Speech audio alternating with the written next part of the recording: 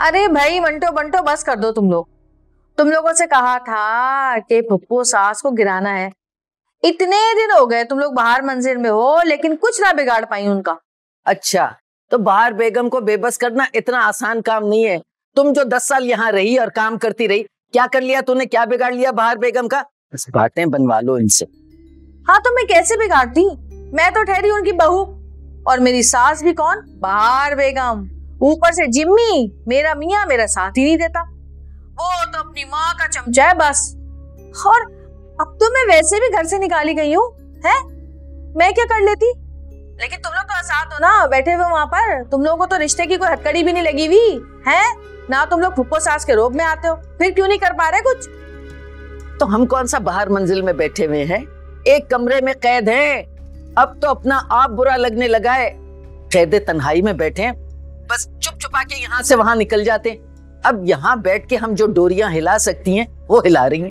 डोरिया तो तुम लोगों ने फारिया की भी पकड़ी हुई है, पूरे काबू में आई हुई है तुम्हारे। बताया भी था मैंने कि फुप्पो सास की चहीती बहू है ये। उससे भी कोई काम नहीं निकाल पा रहे तुम लोग। कर क्या रहे हो बैठे हुए? भाई देखो, एक बात सुनो मेरी।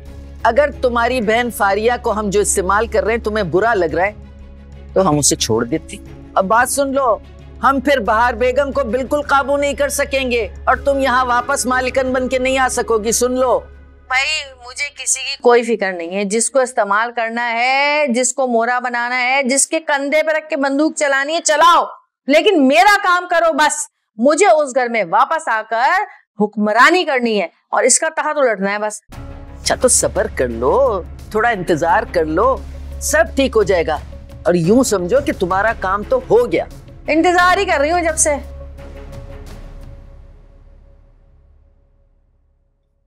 एक तो इस नरगिस ने हमारी जान खा रखी है। अरे काम हम करें हैं और मजे ये करे, हुकूमत ये करे, ये सोच रही है। तोबा, ये इसी आस में बैठी है कि हम बाहर को हरा के इसे कुर्सी पे बिठाएंगे। अरे हमने 40 साल सब्र किया है, हम ना बैठे उस पे। हम सबको निकाल के इस घर में हुकूमत करेंगे और फारिया को भी उसकी औकात याद दिला देंगे। बिल्कुल ऐसे ही है। अब बात सुनो, अरे अगर ये चिल्लों से बच्चे पैदा होते तो पूरी दुनिया में कोई बे औलाद नहीं रहता। ये फारिया के दिमाग में तो भुस भर गया है।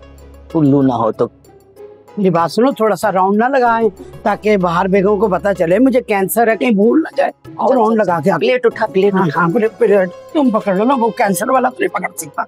हाँ, तुम मुझे तो कैंसर है। चलो, एक तो ये तुम्हारा मोटा भारी बोझ जो उठाना पड़ता है। रख सर इधर कंधे पे। हाय अल्लाह, बेचारी।